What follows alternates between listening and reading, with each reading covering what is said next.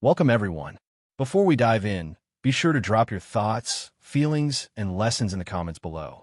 Like the video and subscribe so you never miss stories like this. Let's get into it. The cruelest thing Darius did wasn't cheating. It was locking me out of my own home like I was a stranger who didn't belong. No conversation, no warning, no apology, just a changed lock and a text telling me to go stay with my sister. Like the life I built could be boxed up and dismissed in one sentence. He didn't open the door. He didn't check if I was okay. He didn't care who saw me standing there, shaking, humiliated, with my key useless in my hand. Here's how it happened.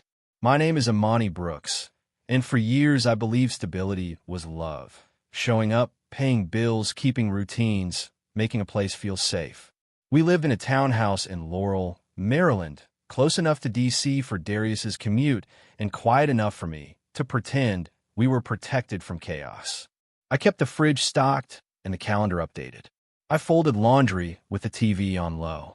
I learned his moods like weather, always adjusting so our home stayed calm. Darius worked for a firm in Washington, D.C., the kind of job that came with polished shoes, long hours, and a confidence that made him sound right even when he wasn't. At first, I admired his drive. Then I started living around it. He came home later and later, carrying stress like it gave him permission to be cold. I'd warm up leftovers and ask gentle questions. He'd answer like I was interrogating him. It was work, he'd say. I'm tired. Then he'd scroll his phone face down and disappear into the shower.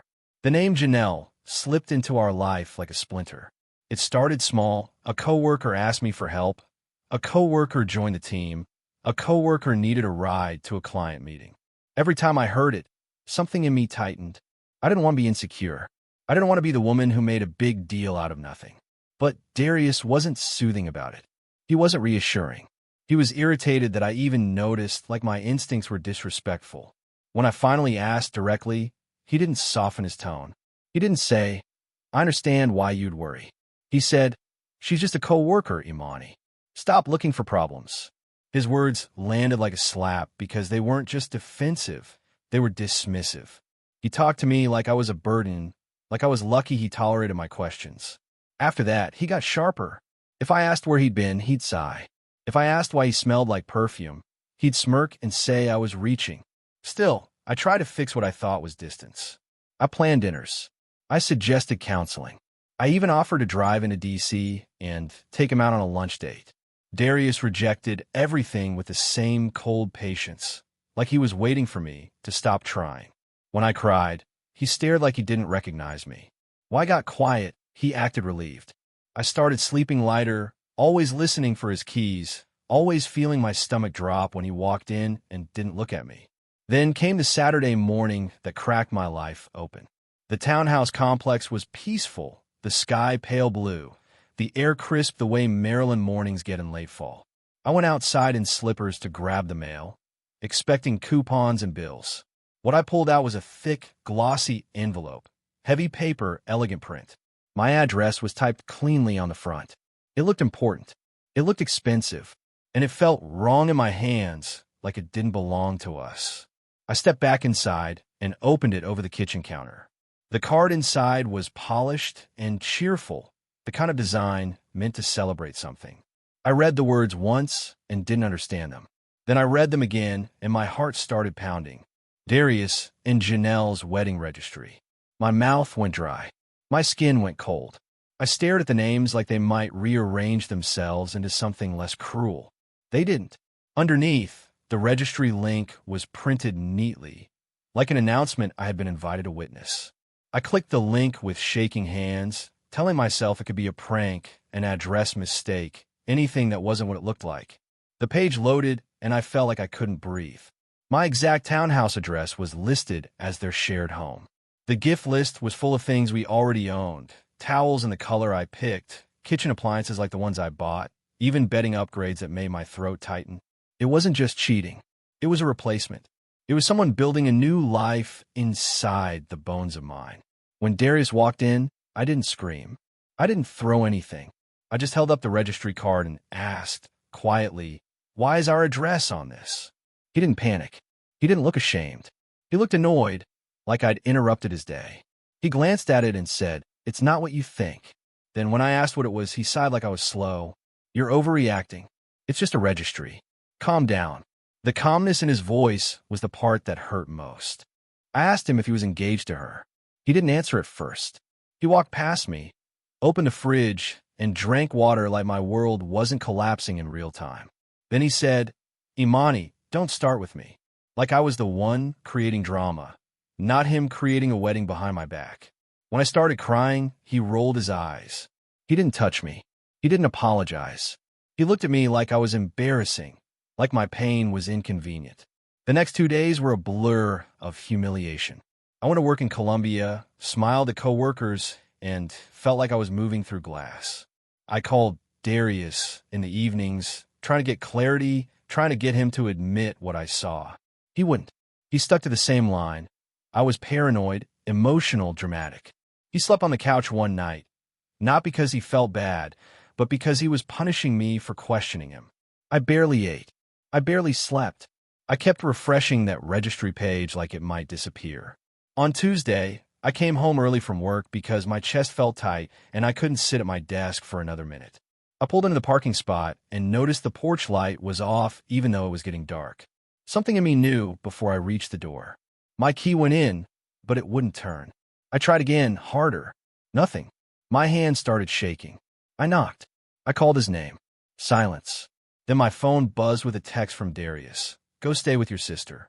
Don't make this harder." I stood on that porch in Laurel, trying to breathe, trying not to fall apart where neighbors could see. My face burned with shame. I knocked again, louder, and heard movement inside.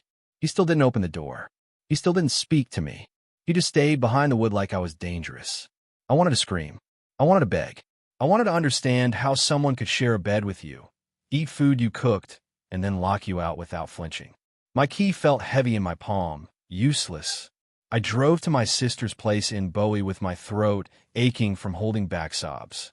She opened the door, and her face changed immediately. She knew something was wrong. I didn't even have proper luggage. I had a few clothes I'd grabbed from my car and my work bag. That was it. I slept on her couch, listening to the hum of the refrigerator and the quiet creaks of the building settling.